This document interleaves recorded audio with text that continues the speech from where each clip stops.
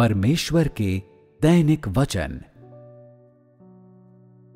मनुष्य शैतान के प्रभाव के बंधन में जकड़ा हुआ अंधकार के प्रभाव के आवरण में रह रहा है, जिसमें से बच निकलने का मार्ग नहीं है।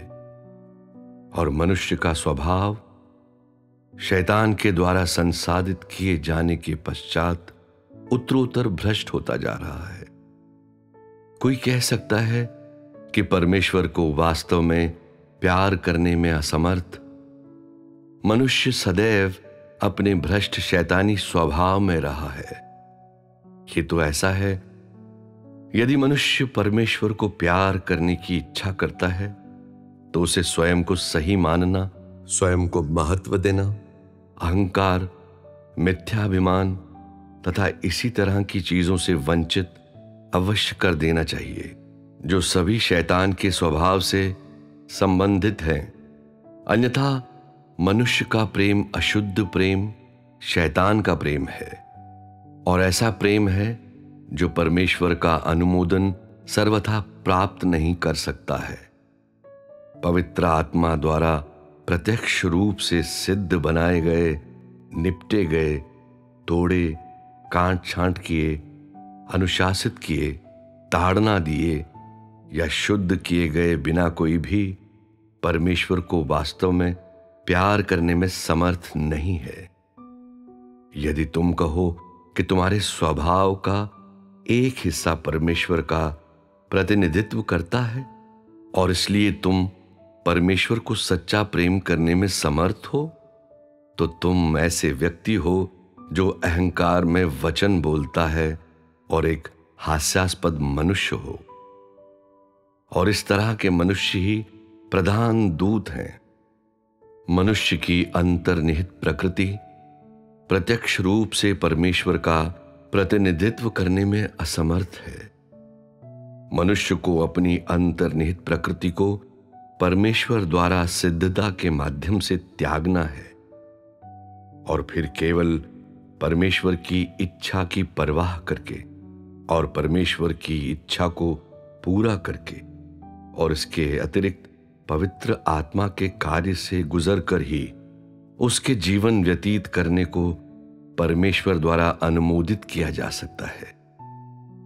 देह में रहने वाला कोई भी व्यक्ति प्रत्यक्ष रूप से परमेश्वर का प्रतिनिधित्व करने में समर्थ नहीं है, जब तक कि वो पवित्र आत्मा द्वारा उपयोग किया गया कोई व्यक्ति न हो। हालांकि यहां तक कि इस तरह के व्यक्ति के लिए भी उसके स्वभाव को और जिस जीवन को वो व्यतीत करता है उसे पूर्णतः परमेश्वर का प्रतिनिधित्व करना नहीं कहा जा सकता है। कोई केवल यही कह सकता है कि वो जो जीवन व्यतीत करता है वो पवित्र आत्मा के द्वारा निर्देशित होता है। ऐसे व्यक्ति का स्वभाव परमेश्वर का प्रतिनिधित्व नहीं कर सकता है। यद्यपि मनुष्य का स्वभाव परमेश्वर द्वारा नियत किया जाता है, ये निर्विवाद है और इसे सकारात्मक चीज माना जा सकता है, तब भी इसे शैतान द्वारा संसाधित किया गया है। इसीलिए मनुष्य का संपूर्ण स्वभाव शैतान का ही स्वभाव है। कोई मनुष्य कह सकता है कि चीजों को करने में परमेश्वर स्वभाव से निष्कपट है और कि वो भी इसी तरीके से व्यवहार करता है, उसका भी इसी तरह का चरित्र है और इसलिए वो कहता है कि उसका ये स्वभाव परमेश्वर का प्रतिनिधित्व करता है। ये किस प्रकार का मनुष्य है? क्या भ्रष्ट शैतानी स्वभाव परमेश्वर का प्रतिनिधित्व करने में समर्थ है? जो कोई भी ये घोषणा करता है कि उसका स्वभाव परमेश्वर का प्रतिनिधि है, तो वो परमेश्वर की ईर्ष निंदा करता है और ये पवित्र आत्मा को अपमानित करता है। जिस तरीके से पवित्र आत्मा कार्य करता है, उस परिप्रेक्ष्य से पृथ्वी पर परमेश्वर जो कार्य करता है वो केवल जीतने के लिए है। यही कारण है कि मनुष्य का अधिकांश शैतानी स्वभाव अभी तक शुद्ध नहीं किया गया है और मनुष्य जो जीवन व्यतीत कर रहा है वो अभी भी शैतान की छवि है। ये मनुष्य की अच्छाई है और मनुष्य की देह के कार्यों का प्रतिनिधित्व करती है, या अधिक सटीक रूप से कहें तो ये शैतान का प्रतिनिधित्व करती है और परमेश्वर का बिल्कुल भी प्रतिनिधित्व नहीं कर सकती है।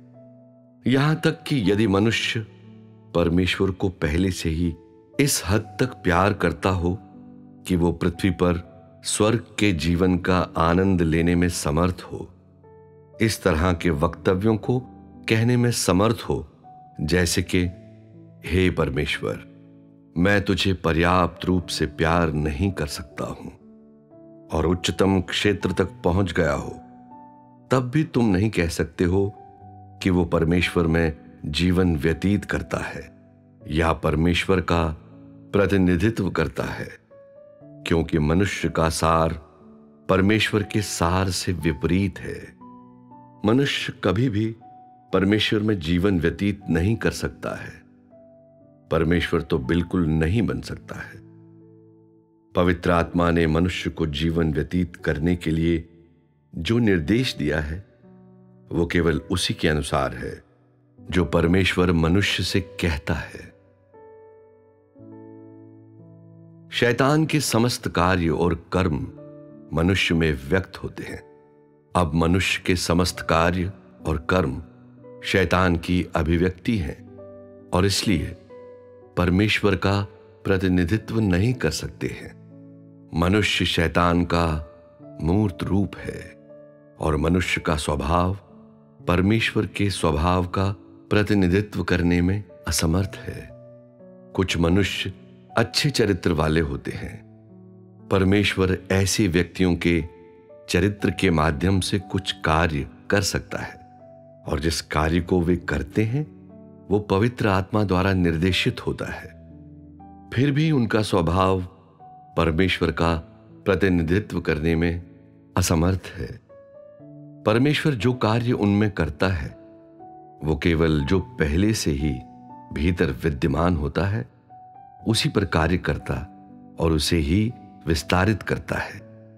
वे चाहे भविष्यवक्ता हों या परमेश्वर द्वारा अतीत के युगों से उपयोग में लाए गए व्यक्ति हों, कोई भी उसका प्रत्यक्षता प्रतिनिधित्व नहीं कर सकता है। सभी मनुष्य परिस्थितियों के दबाव में ही परमेश्वर से प्रेम करने लगते हैं और कोई भी अपनी स्वयं की इच्छा से सहयोग करने का प्रयत्न नहीं करता है। सकारात्मक चीजें क्या हैं? वो सब जो सीधे परमेश्वर से आता है सकारात्मक है। हालांकि मनुष्य का स्वभाव शैतान द्वारा संसाधित कर दिया गया है और परमेश्वर का प्रतिनिधित्व नहीं कर सकता है। केवल देहधारी परमेश्वर, उसका प्रेम, उसकी दुख उठाने की इच्छा, उसकी धार्मिकता, आत्मसमर्पण और विनम्रता और गोपनीयता, ये सभी प्रत्यक्ष रूप से परमेश्वर का प्रतिनिधित्व करते हैं। ऐसा इसलिए है क्योंकि जब वो आया तो वो पापमय प्रकृति से रहित था और शैतान द्वारा संसाधित किए बिना सीधे परमेश्वर से आया। यीशु केवल पापमय देह की सदृशता में है और पाप का प्रतिनिधित्व नहीं करता है। इसलिए सलीब पर चढ़ने के माध्यम से उसके कार्य निष्पादन से पहले के समय, उसके सलीब पर चढ़ने के क्षण सहित तक के उसके कार्य, कर्म और वचन सभी परमेश्वर के प्रत्यक्ष रूप से प्रतिनिधि हैं।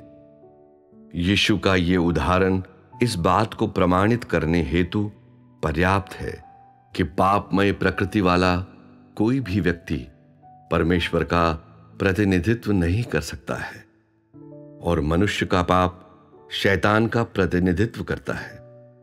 कहने का अर्थ है कि पाप परमेश्वर का प्रतिनिधित्व नहीं करता है और परमेश्वर पाप रहित है। यहां तक कि पवित्र आत्मा द्वारा मनुष्य में किया गया कार्य भी केवल पवित्र आत्मा द्वारा निर्देशित किया गया माना जा सकता है और मनुष्य द्वारा परमेश्वर की ओर से किया गया नहीं कहा जा सकता है, किंतु जहां तक मनुष्य का संबंध है, न उसका पाप और न उसका स्वभाव परमेश्वर का प्रतिनिधित्व करता है। आज से लेकर पीछे अतीत तक पवित्र आत्मा द्वारा मनुष्य पर किए गए कार्य के परिप्रेक्ष्य से मनुष्य पर अधिकांश पवित्र आत्मा द्वारा किया गया था। इसकी वजह से मनुष्य के पास वो है जिसे वो जीता है। हालांकि ये केवल एक पक्षीय ही है और पवित्र आत्मा द्वारा निपटाए और अनुशासित किए जाने के बाद बहुत ही कम लोग सत्य पर जीने में समर्थ हैं। कहने का अर्थ है कि मात्र पवित्र आत्मा का कार्य ही उपस्थित है और मनुष्य की ओर से सहयोग अनुपस्थित है। क्या तुम इसे अब स्पष्ट रूप से देखते हो?